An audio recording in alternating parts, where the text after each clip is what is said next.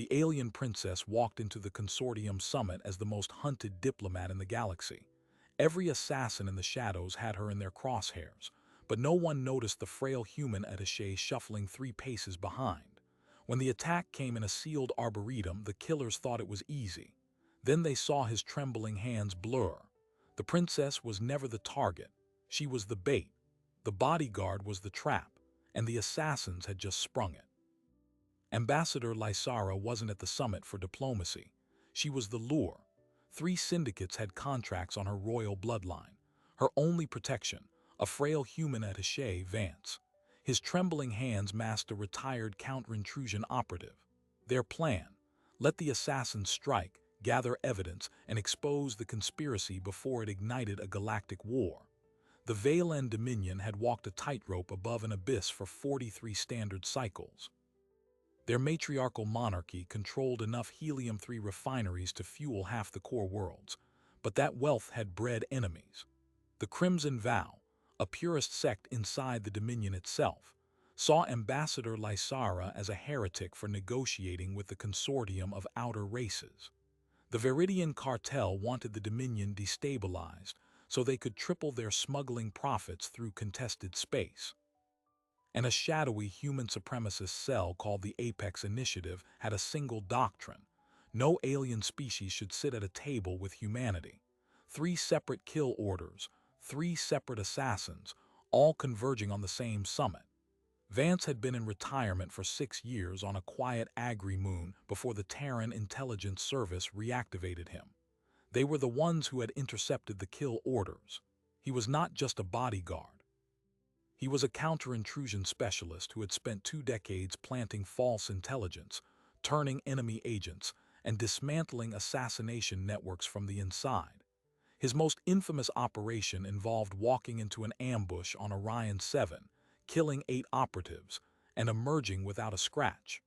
The trembling hands were a myth he had cultivated for years. They were the last thing an opponent would ever underestimate.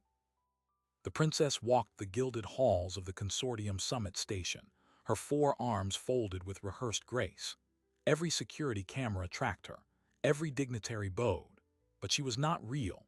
The image was generated by a portable hollow emitter woven into a synthetic body double that moved and gestured with 93% fidelity. The real Lysara was locked in a shielded safe room 3 decks below, watching through Vance's optic feed. The plan was insane by any diplomatic standard. Let the killers strike. Record everything. Extract the identities of the financiers from the attackers themselves, alive if possible. Then broadcast the evidence to the entire consortium before the syndicates could deny involvement.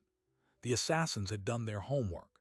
They entered through a decommissioned maintenance shaft that bypassed 4 security checkpoints and surfaced inside the Arboretum, a domed garden of imported flora sealed off from the rest of the station for an environmental study. The 3 killers moved with practiced silence. The lead was a 7-foot Viridian enforcer named Jar, his scales scarred from 100 close-quarter kills. Behind him, a Crimson Vow blade dancer carried mono-edged crystalline knives that could slice through powered armor. The third was a human from the Apex Initiative, a former Special Forces sniper who had convinced himself this was an act of patriotism. They fanned out, blocking every exit, then Jar activated a portable signal jammer. No comms. No alarms. Lysara pressed herself against the far bulkhead, playing terror with an Oscar-worthy precision. Her attaché, Vance, shuffled between her and the attackers, his hands visibly quaking. Jar's voice rumbled through the humid air. "Step aside, ape, and you might live." Vance's trembling hands rose in apparent surrender. His eyes went wide with manufactured fear. The blade dancer chuckled. The sniper steadied his aim on the princess. Then, in the span of a single heartbeat, the shaking stopped. The trembling stopped. In its place, a stillness so absolute the air itself seemed to freeze. Jar, the Viridian enforcer, had a fraction of a second to register the shift before Vance's right hand, the one that had quivered like a frightened clerk's, drove a 6-inch ceramic spike directly through the center of his visor. The blade entered the eye socket and exited the back of the skull. Jar's massive frame collapsed with a crash that sent soil from the planter bed spraying across the marble floor.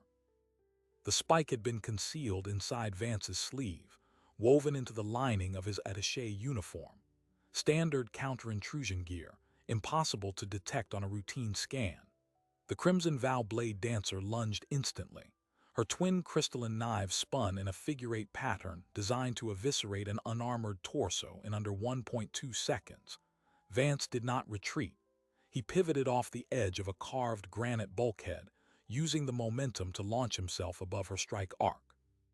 His descending heel caught her at the base of the skull with precisely calibrated force, the kind that separated the third and fourth cervical vertebrae without transferring fatal trauma to the brain stem. He needed her alive. The blade dancer crumpled, her knives skittering across the floor, her limbs still twitching but her body no longer receiving commands. The third assassin, the Apex Initiative sniper, had not fired. He was frozen, his rifle still trained on the princess, his finger hovering over the trigger but paralyzed by the sudden vacuum where his two hardened accomplices had been. He had trained for years in human combat doctrine. He understood ambushes, kill zones, and the predictable rhythms of close-quarters battle. What he had just witnessed did not fit any tactical model he knew. A supposedly unarmed bureaucrat had neutralized a 7-foot Viridian kill specialist and a master blade dancer in less than 3 seconds. The sniper's brain, conditioned to react, now struggled to process the sheer asymmetry of the threat. Vance straightened. He made no move toward the sniper. He did not raise a weapon. He simply stood utterly still, the ceramic spike still wet with Viridian blood dripping onto the marble.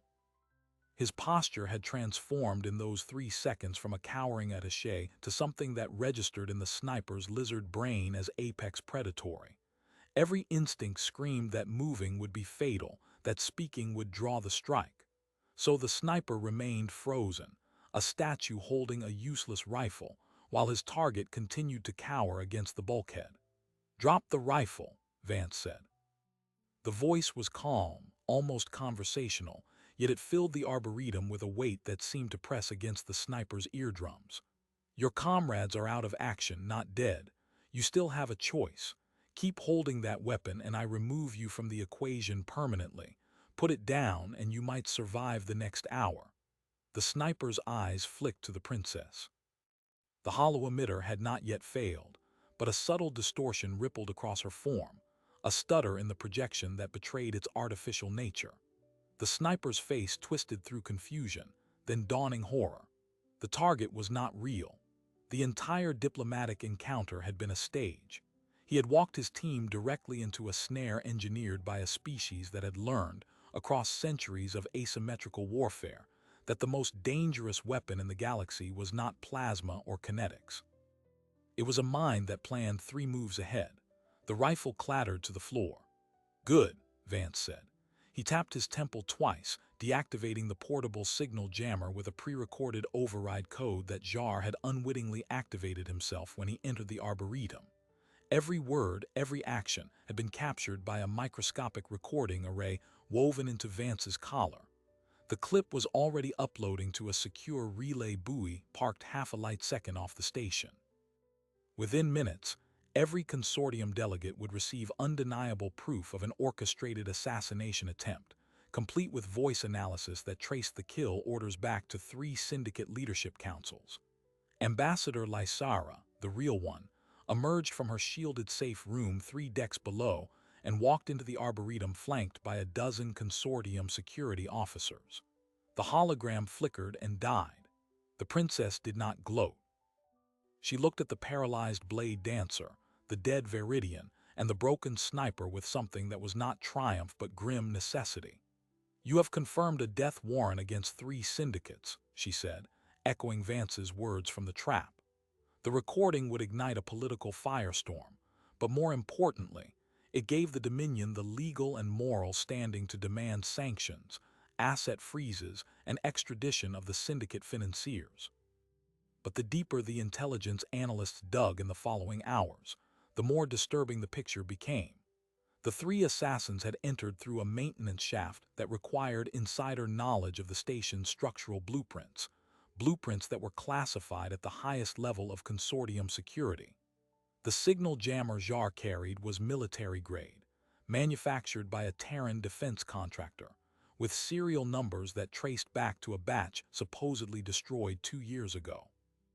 And the sniper's rifle bore a modified firing mechanism that had been tuned by a gunsmith with access to classified Terran Special Forces weapon profiles. Someone inside the human security apparatus had armed these killers. Vance sat in a cramped interrogation room facing the captured sniper, whose name was Marcus Kane. Kane was a decorated veteran, a man who had served 12 tours before his discharge and radicalization. His eyes were empty, not with regret but with the hollow certainty of a true believer. "You think you won," Kane said, his voice flat. "You caught 3 pawns, you don't know how deep the board goes." Vance leaned forward. "You're right, I don't, but you're going to tell me. Not because I'll torture you, I won't. But because in approximately 40 minutes, the Consortium Council is going to vote on Resolution 712, which will authorize the Dominion to conduct cross-border raids against any entity linked to these assassination plots. Your precious Apex Initiative, the Crimson Vow, the Viridian Cartel, they'll all be legally exposed. And the one thing they'll want more than revenge is to silence the man who failed and lived." Vance paused. "Unless you give me the names first and I put you somewhere they cannot reach." Kane's jaw tightened. The sniper knew the calculus. The Apex Initiative had a zero-tolerance policy for captured operatives. His own people would kill him before the week was out. He stared at the wall for a long moment, then spoke a single word: Kestrel. Kestrel was the code name for a deep-cover asset inside Terran intelligence, someone with access to the Royal Security Detail on New Avalon, and by extension, to the Consortium Summit Planning Committee. If Kestrel existed, the trap Vance had sprung was not merely compromised. It was a prelude to something far larger. The assassination of a single alien diplomat, even a princess, was a spark, and a spark in the right accelerant could burn a galaxy. But there was no time to unravel the conspiracy on the station. The vote was in 40 minutes. The recordings would be presented, but unless they could link Kane directly to the financiers, the syndicates would slither away into procedural denials. Vance needed hard evidence: financial trails, communication logs, the encrypted data chip that Kane had swallowed before his capture, and which now sat in a medical containment unit in the station's infirmary. The chip held the sniper's last orders. It was encrypted with a rotating cipher that would take days to crack with conventional means, but Vance knew a faster way. The cipher was a Kestrel protocol, designed by Terran intelligence itself, and every intelligence protocol had a backdoor. Vance rose from the interrogation chair. He had 39 minutes to access that chip, trace the orders, and deliver a data packet to the Council that would leave the syndicates no room to maneuver. He also had to identify Kestrel before the asset realized the operation had been flipped and went silent. The station, a gleaming monument to interspecies cooperation, was about to become a hunting ground for a counter-intrusion specialist who had just shown 3 killers what happened when you underestimated a trembling human. And somewhere on this station, a traitor was still breathing, still watching, and still capable of pulling the trigger on a far deadlier attack.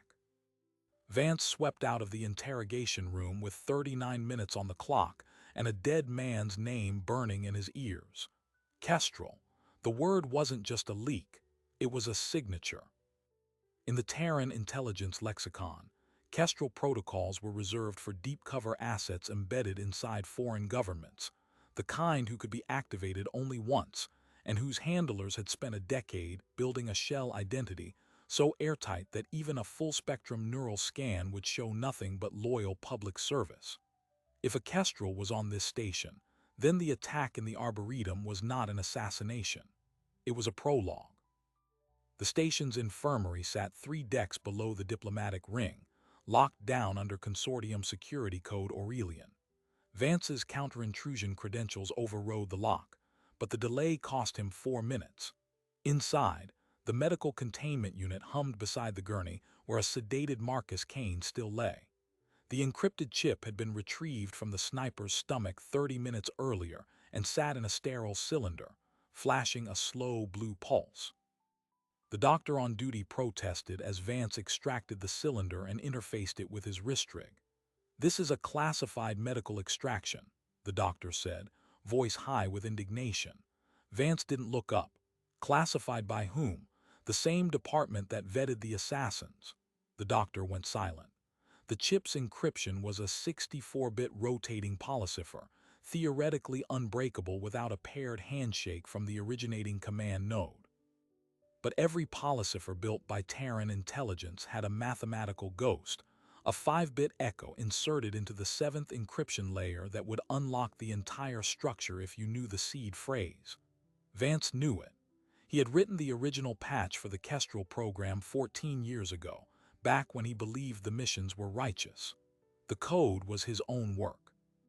And as the chip unpacked, the data spilled across his display in cascading lines of text, coordinates, and kill chain authorizations that made his stomach turn cold.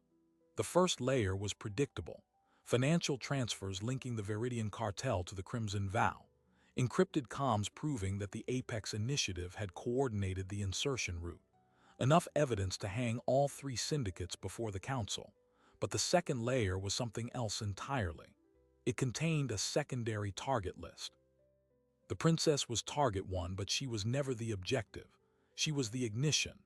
The real operation, codenamed Starfall, involved triggering simultaneous crises across the station: a reactor cascade, a vent failure in the primary habitat ring, and a catastrophic pressure drop in the diplomatic quarter. All timed to go critical exactly 5 minutes after the council convened. The attack wasn't about killing a princess. It was about annihilating the entire consortium leadership and making it look like a retaliatory strike by the Valen Dominion. Vance's breath caught.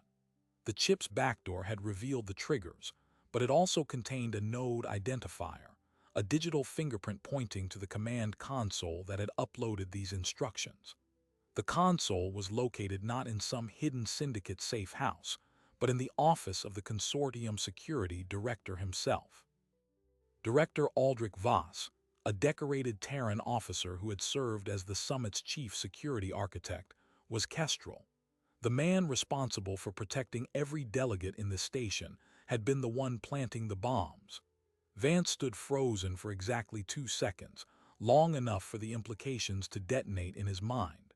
If Voss was Kestrel, then the entire security architecture was compromised. The evacuation routes, the emergency protocols, the fleet of rescue shuttles, all of it could be rigged to trap the delegates inside while the station tore itself apart. And Voss would already know that Marcus Kane had been taken alive. The moment the sniper failed to check in, Kestrel would have initiated the backup plan. That meant the countdown was not 39 minutes. It could be far shorter. He slammed out of the infirmary and ran for the central security hub, navigating maintenance ladders instead of the monitored corridors.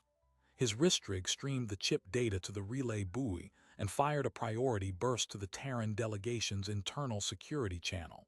But he had no way to know if the signal would be intercepted by Voss's own filters. He was a ghost now, moving through the station's intestines, and if he was right, the station itself had become a weapon. The security hub was a fortified command center buried at the station's core, accessible only via biometric lock. Vance bypassed the lock with a 4-second spoof of Director Voss's own clearance, a trick he had learned from the man himself during a joint operation on the Tarsi's frontier.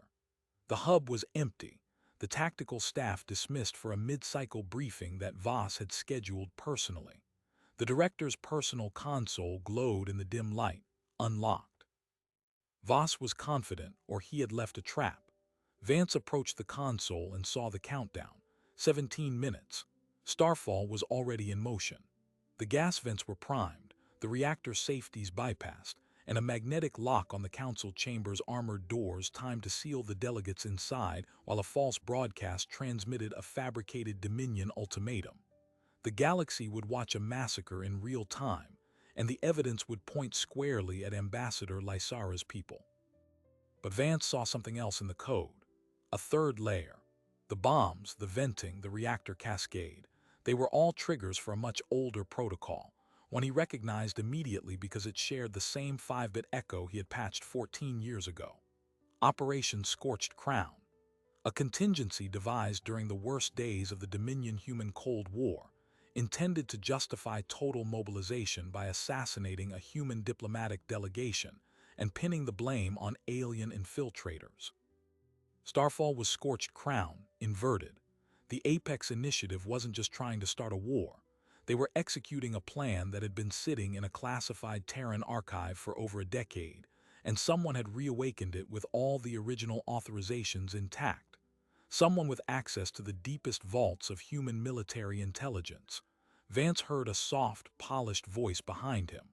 "You always were thorough, Harrison," he spun. Director Aldrich Voss stood in the doorway, sidearm drawn, his face a mask of calm regret.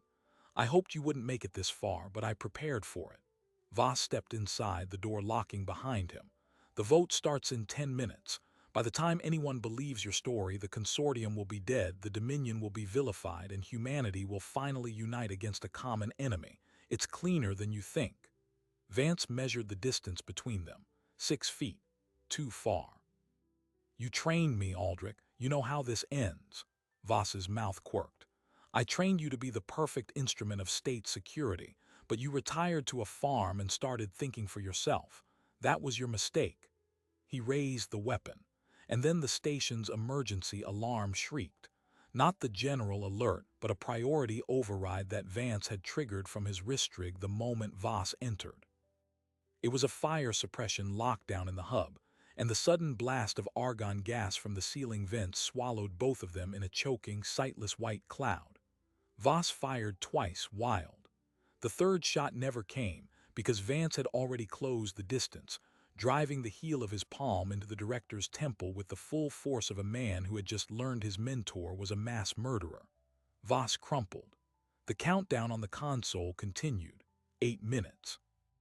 Vance hauled the unconscious director to the console, pressed his thumb to the biometric confirmation pad, and began the override sequence that would scrub Starfall from the station's systems. One by one, the red indicators flicked to amber, then green. The reactor safeties re-engaged. The venting ceased. The doors to the council chamber unlocked. But as the final sequence confirmed, a new alert pulsed. A data packet had already been transmitted to the council's display screens. It was the fabricated Dominion ultimatum, complete with spliced voice prints of Ambassador Lysara declaring war. The recording was already playing in the chamber. When Vance reached the council gallery, the delegates would be staring at a lie that looked like ironclad truth. The bombs were disarmed, but the bomb of accusation was still detonating. And somewhere in that chamber, the real puppeteers would be watching, waiting for the fury to reach critical mass. Vance did not run to the council chamber. He moved like a predator who understood that velocity was less important than trajectory. The corridors were chaos. Delegates flooded the transit tubes, their aides shouting over the blare of emergency klaxons. A dozen languages blurred into a single cascade of panic, but Vance threaded through them, his wristrig projecting a security override that parted the crowd before him. He had 7 minutes until the recording would finish playing, and the assembled leaders of 17 species would cast a vote that could plunge the entire Orion arm into a war that had no end. The council chamber was a massive amphitheater carved from polished obsidian and reinforced transparent alloy. When Vance burst through the service entrance, the holographic display above the central podium still cycled the final moments of the fabricated ultimatum. The spliced voice of Ambassador Lysara echoed through the chamber, cold and imperious, declaring that the Valen Dominion would no longer abide by consortium law and would seize the station as a first act of sovereignty. The delegates were on their feet, some screaming accusations at the empty Dominion delegation box, others already calling for immediate military authorization. The Terran delegation leader, Admiral Helena Cross, was on the verge of making the motion that would activate the collective defense clause. Vance raised his wristrig and slammed the broadcast override code into the chamber's comm array. The holographic display flickered, stuttered, and then cut, replaced by the raw feed from his collar cam. The entire chamber fell silent as they watched, in real time the Arboretum attack, the hulking Viridian enforcer crashing through the flora, the blade dancer spinning her crystalline knives, the sniper leveling his rifle, and then the trembling human who was not trembling. The image rippled with the clarity of high-grade forensic recording, every word captured, every gesture a confession. The footage ended on Vance's voice, calm and absolute. "You just confirmed a death warrant against 3 syndicates. Thank you." Admiral Cross, her face ashen, lowered her hand. "What is this?" she demanded.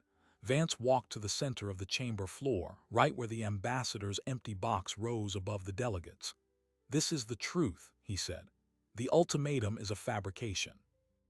The assassination was paid for by the Viridian Cartel, the Crimson Vow, and a human supremacist cell called the Apex Initiative. Their plan was to kill the princess, spark a war, and then, if anyone survived the diplomatic massacre, to blame it all on the Dominion." He projected the chip data onto the main screen. "You'll find the financial transfers, the communication logs, and the secondary target list, including the bombs I just disarmed in this station, all traceable to Director Aldrich Voss, your own chief of security. He is in custody." The chamber erupted again, but this time the anger had a target. Admiral Cross locked eyes with Vance. "Voss was one of our most decorated officers." "He was Kestrel," Vance replied. "A deep-cover asset from a program designed to manufacture a war with the Dominion 14 years ago. The protocols were reactivated from inside your own intelligence archives." Cross stared at the evidence scrolling across her console, then turned to the security detail.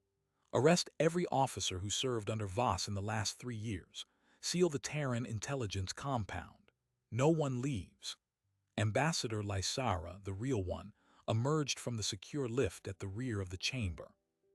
She had not been in the ambassador's box because the bait version of her had been a hologram, but now she walked onto the podium with quiet, unflinching dignity. "The Dominion did not declare war," she said, her voice carrying the unmistakable weight of authentic sovereign anger. "We were targeted because we sought peace. What you have seen is the truth my people have known for years. There are forces in this galaxy that profit from conflict, and they have infiltrated your institutions as well as ours. Today, we stopped them. But we stopped them because a single human refused to let his species be used as a weapon." The delegates sat in stunned silence. Admiral Cross, after a long moment, called for an immediate vote, not on war, but on Resolution 712, the Cross-Border Cooperation Act that would grant the Dominion and the Consortium joint authority to root out the syndicate networks. It passed with 94% approval. The syndicate leaders, exposed in public session with undeniable evidence, were indicted within the hour. The Crimson Vow purists inside the Dominion were arrested simultaneously. In a coordinated sweep, Lysara had ordered the instant Vance transmitted the chip data. The Apex Initiative's safe houses were raided by their own government. Operation Starfall became the largest counterintelligence success in Consortium history, and the war that had been intended to begin that day never started. In the aftermath, as the station's repair crews restored full functionality and the delegates returned to their quarters to draft the enforcement mandates, Vance stood alone on an observation deck overlooking the nebula beyond. He had removed the stained attaché uniform and wore a simple off-duty jacket. The princess found him there. "You knew," Vance said, not looking at her. "You knew the trap was bigger than you told me." Lysara leaned against the rail. "We suspected there was a Kestrel. We needed proof that would be public, undeniable, and tied directly to the syndicates. You were the only operative who could draw them out." She paused. "And you were the only one who had written part of the protocol yourself. When they activated the chip, the backdoor was your own code. That was not an accident." Vance's jaw tightened. "You used me the way I used the assassins." "Yes," she said without apology. "You were the true beast, the apex predator they never saw coming. And you were the only one who could dismantle the machine you helped build." Vance finally turned to face her, and for the first time in decades, his hands were perfectly still. "Then my retirement is officially over," he said, "because that machine is bigger than one station. And if I'm the only one who knows where all the bodies are buried, I'm going to need a diplomatic pass." Princess Lysara smiled. a thin, iron expression. Ambassador Vance has a certain ring to it. The Dominion and the Consortium had averted a war, but the maw of the true beast had only just begun to open. The trap had been sprung, not just on 3 assassins, but on the entire architecture of a conspiracy that had spent decades infiltrating the highest echelons of power across half a dozen species. Vance's trembling hands had stopped shaking, a tremor that was never fear, only a prelude. In the quiet after the council vote, as the indictments were signed and the syndicate leaders were taken into custody, the galaxy paused to ask a single question. How many other weapons lay dormant inside people who appeared weak? The alien princess had walked into the summit as bait, but she returned to her dominion carrying something far more valuable than survival. She carried proof that the forces trying to ignite a war could be dismantled from within, provided someone was willing to enter the maw of the beast. And the bodyguard, the retired counter-intrusion specialist who had once written the very code used to frame her people, had stepped out of the shadows and into a new role, not as a soldier, as a diplomat with a very particular set of skills. The real trap, it turned out, wasn't the Arboretum. It wasn't the princess. It was the quiet, patient predator that humanity had honed against itself and now turned outward. The maw was wide open, and it was watching. If this story of hidden strength and galactic intrigue kept you on the edge of your seat, please smash that like button and share it with someone who loves a good HFY tale. Don't forget to subscribe and ring the bell for more epic original stories delivered right to your feed. Thanks for watching, and remember, sometimes the deadliest threat is the one you never see coming.